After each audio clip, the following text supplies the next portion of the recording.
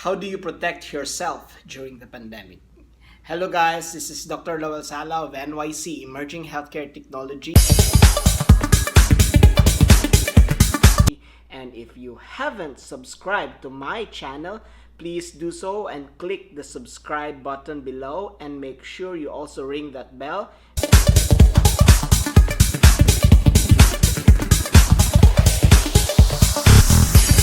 So the pandemic has caused a lot of ruckus. Ruckus means disturbance of the force or commotion.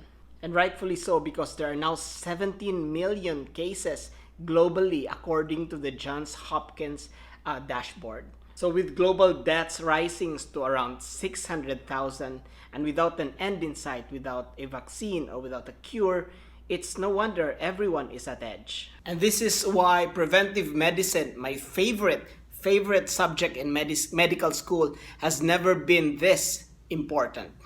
So what is preventive medicine? So medicine is actually categorized into two different branches, first one being curative and the other being preventive. Now, in order to reduce the expenses of the curative aspect or the curative branch of medicine, preventive medicine has to be strengthened. I remember I used to work at the provincial hospital, and one of the first questions that they asked me, or the governor at the time asked me, is how do you reduce the incidence or the prevalence of dengue fever in the municipality?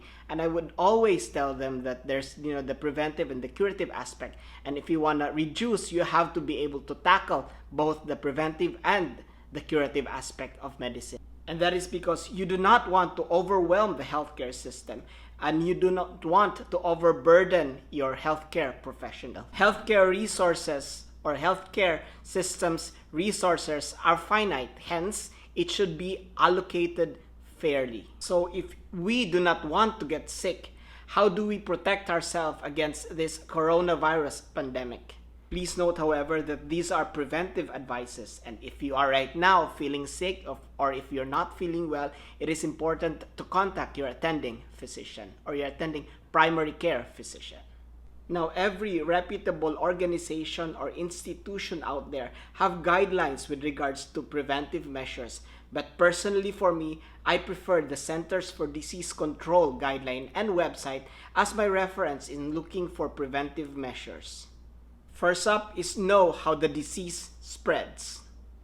I have always believed that knowledge is power, which is why it is very important to scour through the websites such as PubMed, the Centers for Disease Control, and World Health Organization for my reference in looking at preventive measures. There's also a great lecture on evidence-based medicine which you can browse through in YouTube, which can help you assess on the different levels of evidence. With these different levels, you will be able to see which advices or which recommendations are better. Second is to wash your hands with soap and running water for at least 20 seconds, especially if you have been coughing or sneezing. Avoid touching your eyes, and if you don't have running water, make use of a hand sanitizer with at least 60% alcohol. And thirdly, as much as possible, avoid close contact, especially those who are not members of your immediate family or families. Stay inside the house and avoid getting into contact with people who are sick. I remember before, way back, I had chickenpox, and one of the things that I really did was self-isolate and self-quarantine myself.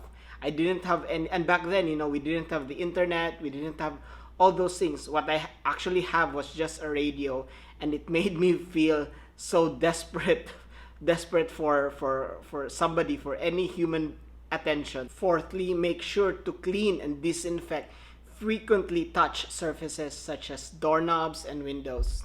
I'm not going to promote any brands here, but you get my drift. Sodium hypochlorite is actually quite good, but the thing you have to be very careful with sodium hypochlorite or bleach is that it is very corrosive and it is very toxic, especially on mucosal surfaces such as the eyes and the skin.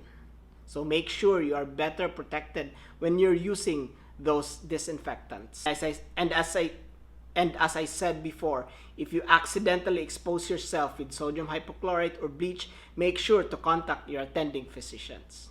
And lastly, Monitor your health regularly. Be alert if you have symptoms such as shortness of breath or difficulty of breathing. And if you have diabetes or hypertension or any other immune-mediated diseases, make sure that you're able to take your medications. And if you have anything, if you feel any different, make sure to contact your attending physician immediately. So that's it, everyone. If you want to hear more about emerging healthcare technology or technologies that impact healthcare, make sure to subscribe to my channel and ring that bell